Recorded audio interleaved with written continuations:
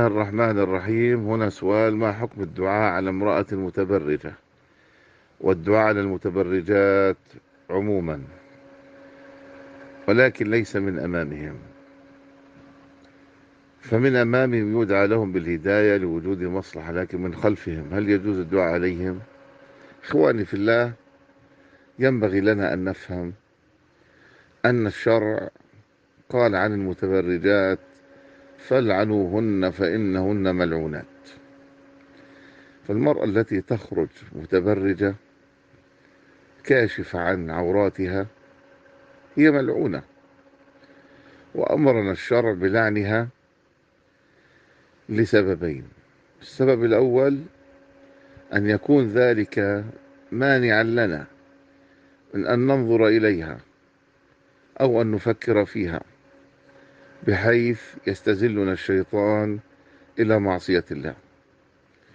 والسبب الثاني أن يكون ذلك زجرا لها عما هي ترتكبه. فنحن إذا لعنا نلعن ليس بنية الطرد من رحمة الله، وإنما بنية الزجر.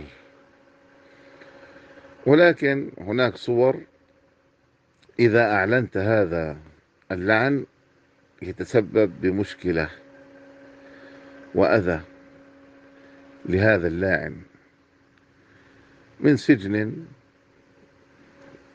أو ملاحقة أمنية. وكما كان يسأل شيخنا علي الحلبي هل يجوز لعن المتبرج علانية، فكان يقول: إذا أمنت من القبقاب ألا يضرب رأسك. فإذا لابد من النظر إلى عواقب هذا اللعن.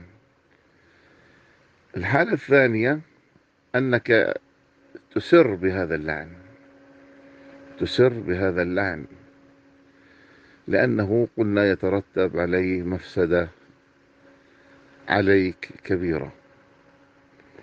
وفي النهاية نحن ندعو لهم بالهداية، وأن يوفقهم الله عز وجل للاستجابة لشرع الله، وأن يبتعدوا عن الحرام، ونسأل الله الهداية لنا ولهم.